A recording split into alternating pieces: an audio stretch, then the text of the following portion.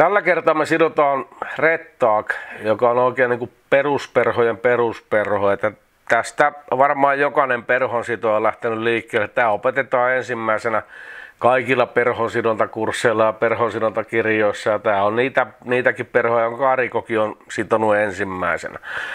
Mutta se, että tehdään tästä nyt tämä video ihan sen takia, tässäkin on pari semmoista jippoa, millä tämän saa sidottua nätiksi, sekä nätiksi että kalastavaksi.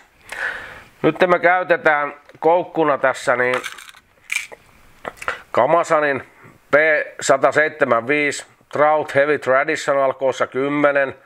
Tämä on erittäin vahvalankainen koukku ja takaa myös sen, että jos sinne se sattumataimen iskee siihen perhoon, niin toi kestää senkin rimpuilut. Ja toisaalta myös lanka on niin vahva ja painava, että tämä erikseen ei tarvi mitään painotusta tämä perho, vaan tuo menee kyllä pintakalvon läpi ihan ton pelkän koukun painon takia. Pyrstömme perhoon tehdään ihan tavallista punaista villalangasta. Runkoon käytetään riikinkukon silmähöyhenä siikasia, ja tästä materiaalista mä voisin sanoa heti sen, että jokaisessa aloittelijan perhonsidontapakkauksessa tulee niitä nidottuja riikinkukkonippuja, niin ne kannattaa heti unohtaa. Yrittää jostain hankkia noita kokonaisia silmähöyheniä, että niissä se laatu on huomattavan paljon parempi ja niistä saa paljon nätimpiä perhoja tehtyä.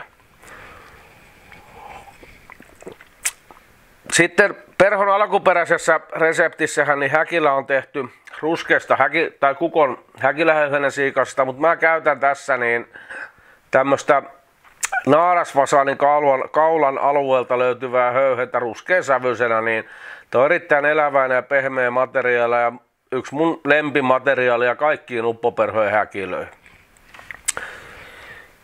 Ja lähdetään liikkeelle ihan siitä, että kiinnitetään taas sidontalanka koukulle. Viedään se heti alkuun tuonne ihan taakse, käytännössä samalle kohtaan, missä on toi koukun väkään. Sitten otetaan tämä pyrstömateriaali, eli tämä villalanka. Leikataan siitä pieni pätkä. Ja nyt me ei kiinnitetäkään sitä heti tämmöisenä tuohon rungolle, vaan otetaan ja harjataan se auki.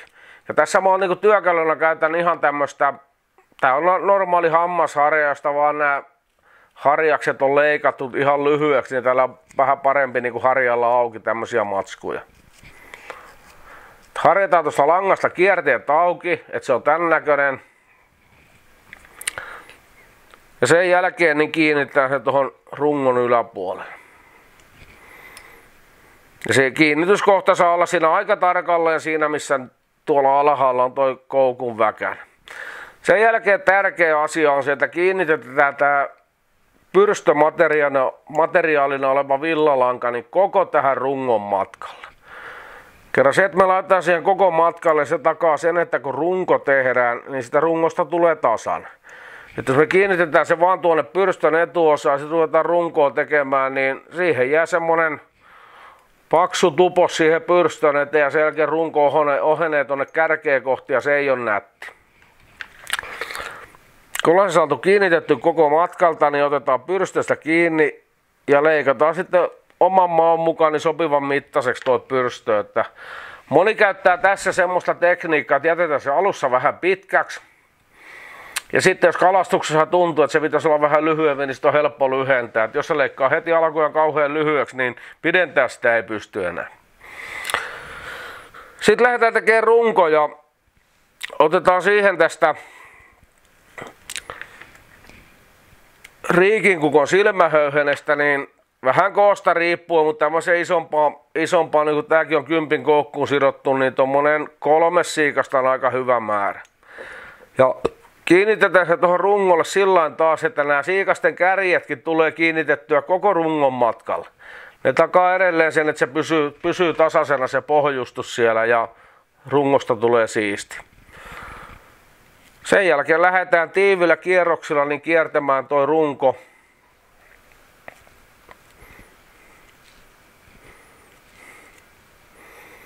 Ja nyt kun meillä on huippulaatuinen silmähöyhen tässä, niin se huomaa heti, että siitä tulee tosi nättiä ja tommonen pörröinen tuosta rungosta.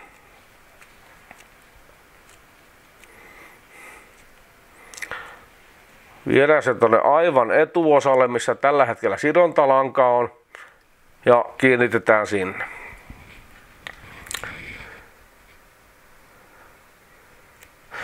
Ja tässä riikinkukussa on semmoinen ominaisuus, että monesti nämä siikaset sitten katkee kalan suussa.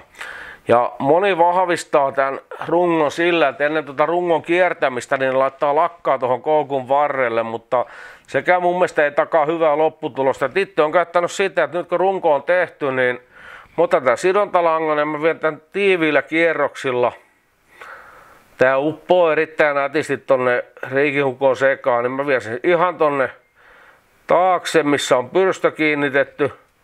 Ja sen jälkeen tullaan taas tiiviillä kierroksella takaisin tänne eteen. Nyt tuo lanka uppoo tonne rungon sekaan, se samalla vahvistaa sen rungon, että jos se katkee kalan suussa, niin siellähän kuitenkaan tuo runko purkautumaan.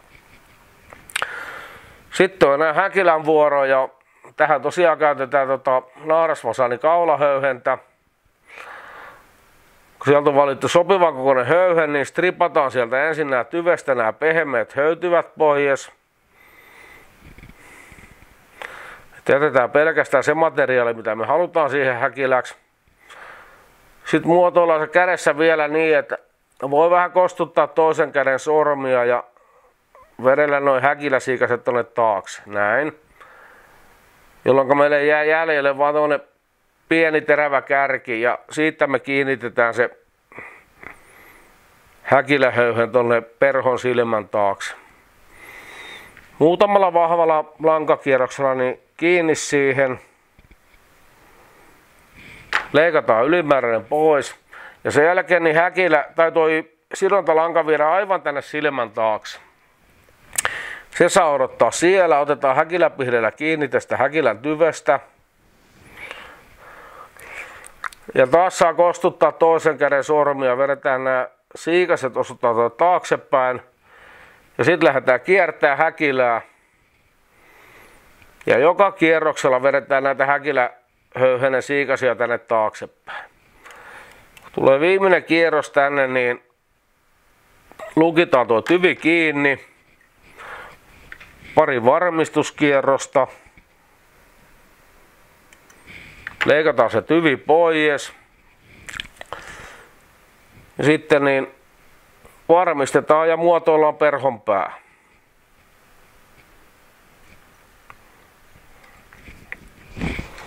Sen jälkeen siihen enää tarvitaan niin lopetussolmu.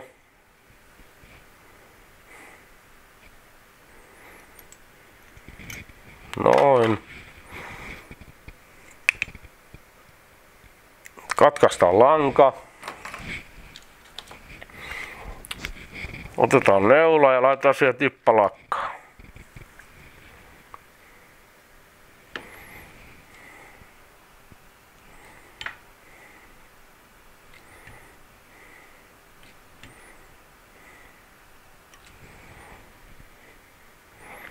Vielä vähän lisätään lakkaa, että se on varmasti joka puolta saanut. Ja